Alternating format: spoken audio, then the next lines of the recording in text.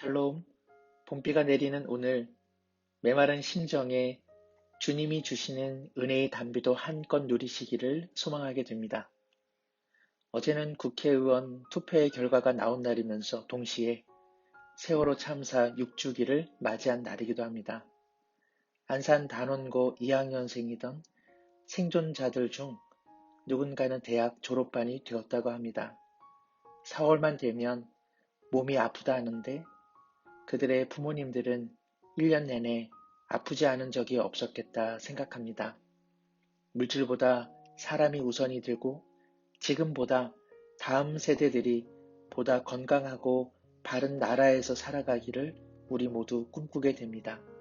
이 일에 선출된 여야가 모두 힘을 합하기를, 한국교회가 겸손하게 쓰임받기를, 마음을 새롭게 하는 비를 맞으며 잠시 생각해 봅니다. 오늘 뉴스를 보니 코로나19 관련하여 경북 예천에서 한 분이 30명을 감염시킨 사례가 발생한 것을 들었습니다. 사회적 거리두기에서 생활 방역으로의 전환에 고민이 깊어지는 시점이라 생각이 듭니다. 교회는 지난주 말씀드린 것처럼 내일 모레 주일 역시 가정에서 예배를 드립니다. 이후의 내용은 코로나19의 추이를 보며 다시 한번 말씀드리겠습니다. 오늘 본문은 에스겔서 35장 1절에서 15절입니다. 전체 내용은 유다 민족과 예루살렘의 붕괴 및 포로 생활 중에 하나님께서 에스겔을 통해 주변 국가들에 대한 심판을 말씀하십니다. 그중 에돔이라는 나라에 대한 심판의 내용입니다. 하나님께서는 에스겔뿐만 아니라 여러 선지자들을 통해 당시 이스라엘을 비롯한 주변 국가들에 대한 심판을 자주 언급하셨습니다. 그리고 이 모든 일들은 실제로 역사상 성취되어집니다. 이는 하나님께서는 이스라엘만의 하나님이 아니신 세상과 역사의 주관자이심을 알게 하시기 위함입니다. 이스라엘 민족만이 패역한 나라가 아니기에 패역한 나라마다 하나님의 심판을 받게 됨을 알게 하십니다.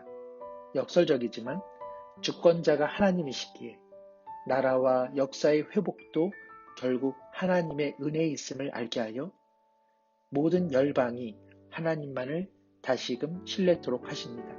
여기 열국에 대한 하나님의 심판의 의미가 있다 하겠습니다.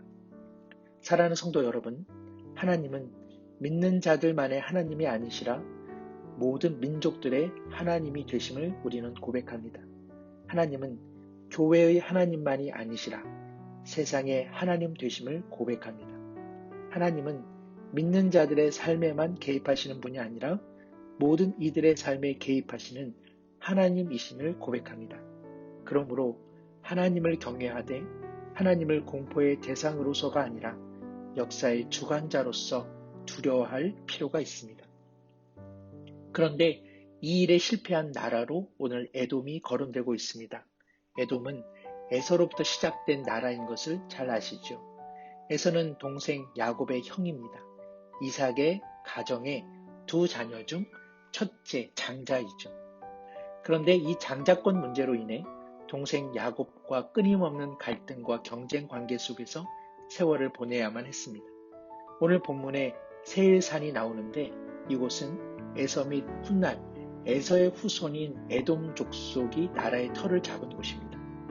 험악한 산악 지형으로 주변의 나라를 침입함으로써 세력을 확장해 나갔습니다.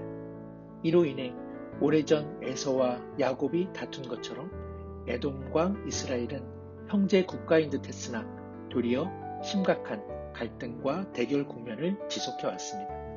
그러다가 오늘 본문처럼 유다가 패망하자 5절에 이스라엘을 향해 옛적부터 한을 품던 에돔이 이 일을 자신들을 위한 경사로 삼았습니다. 10절에 이 두 민족과 두 땅은 다 내 것이며 내 기업이 되리라 하였도다.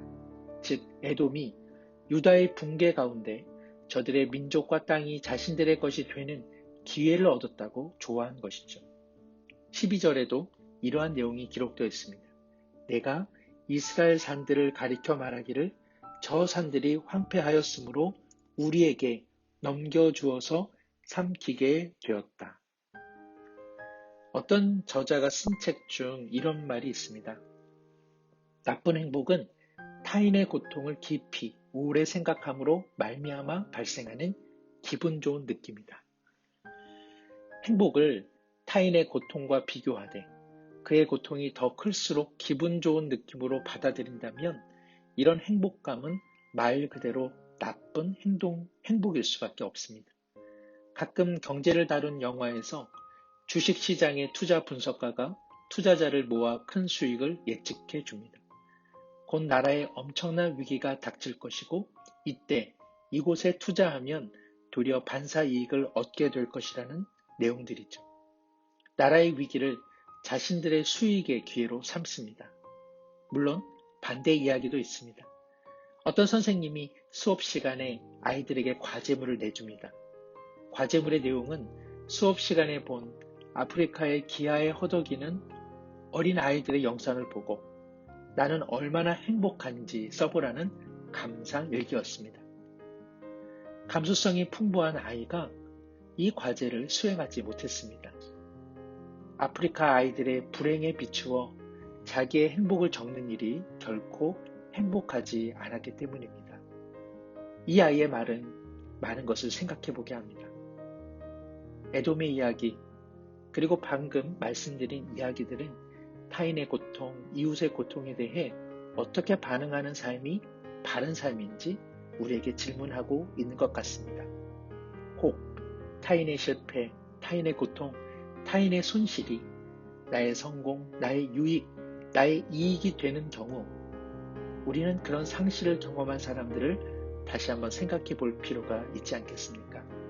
특별히 그 타인이 나와 관계가 깊고 나와 이해관계가 깊을 때 더욱 우리 마음을 조심스레 살펴볼 필요가 있다 생각이 듭니다.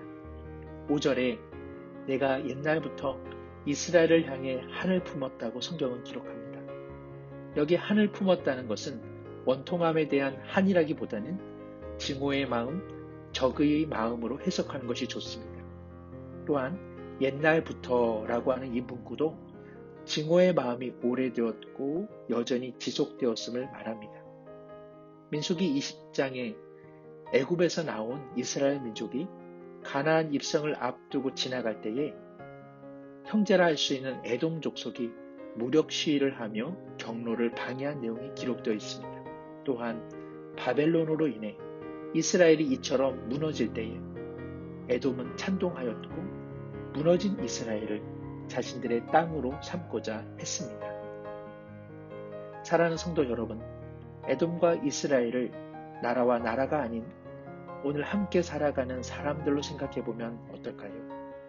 그 누군가를 향한 증오의 마음, 미움의 마음이 짙어지지 않도록 늘 자신의 마음을 돌아보아야 하지 않을까요? 그곳에도 신앙인으로서 주님의 마음을 품고 적용해야 할 영역이 있지 않겠습니까? 오늘 10절과 12절에 이스라엘의 패망을 즐거워하는 에돔의 말을 하나님이 들으셨고 그 자리에 계셨다고 기록되어 있습니다. 타인을 향한 마음, 타인을 향한 말을 하나님은 항상 가까이서 듣고 계십니다. 언제나 어디서나 말입니다. 아프지만 우리 가족들 간 이런 갈등이 여전히 있지는 않으신지요? 혹여 교회 안에서 성도들 간의 갈등이 있지는 않습니까? 일하고 있는 삶의 자리는 어떻습니까? 나를 힘들게 하는 사람을 향해 미움의 마음이 처리되지 못하고 있지는 않습니까? 누군가의 불행의 소식을 원천 삼아 행복해지는 삶이라면 이는 가난하고 비루한 행복이라 할 수밖에 없을 것 같습니다. 요즘 말로 하자면 함께 지속 가능한 행복의 모습은 아닌 것이죠. 성경의 사상은 아파하는 자들과 함께 아파하고 눈물 흘리는 자와 함께 눈물 흘리며 기뻐하고 웃는 자와 함께 기뻐하고 웃으라 말합니다. 우리의 마음이 메말라지지 않도록 해야 할 이유입니다. 함께 울고 함께 웃는 성경의 마음이 우리 삶의 붉은 밑줄이 되기를 원합니다. 아울러 코로나19로 인해 고통받는 이웃, 나라 가운데 주님의 돌보심을 구하며 특별히 방역체계가 빈곤한 아프리카 땅에 확산되지 않기를 우리 모두 기도하게 됩니다. 오늘은 한마음 기도회의 4번째 내용입니다. 우리 자녀들과 환우들을 위한 기도의 내용 제가 고백하고 마침 기도 드리겠습니다. 학교에 출석하지 못하는 자녀들의 삶을 보호하여 주옵시고 믿음의 자녀들에게 지혜와 용기를 주셔서 언제나 어디서나 배움의 지혜를 갖게 하옵소서. 아멘. 삶의 위기를 경험하는 가정들의 피난처가 되어 주옵시며 연로하신 분들의 믿음과 건강을 주님의 날개로 보호하여 주옵소서. 아멘. 환우들의 병상의 자리에 친히 찾아가시어 능력의 손으로 치유해 주시고 건강한 삶을 통해 하나님께 항상 영광 돌리게 하옵소서. 아멘. 좋으신 하나님 아버지, 물질보다 사람을, 지금의 안락보다 건강한 미래를 좀 더 소중히 여기지 못한 우리 시대의 자화상을 불쌍히 여겨 주옵소서. 메마른 심령에 부어주시는 담비로 인하여 증오와 미움과 다툼의 마음을 씻겨 주옵소서. 다른 사람의 아픔과 불행을 자신의 행복과 성공을 위한 것으로 삼지 않게 하옵시고 다만 아파하는 자들과 아파하고 기뻐하는 자들에게 축하를 건네는 마음 건강한 삶을 살게 하옵소서. 코로나19로 인해 가정에서 드려지는 예배를 긍휼히 여겨 주시되 동일한 은총을 내려 주옵시고 우리 모두 성령 안에서 더욱 하나 되는 영원한 가족, 영가족의 예배가 되게 하옵소서. 의지하오며 예수님의 이름으로 기도드립니다. 아멘.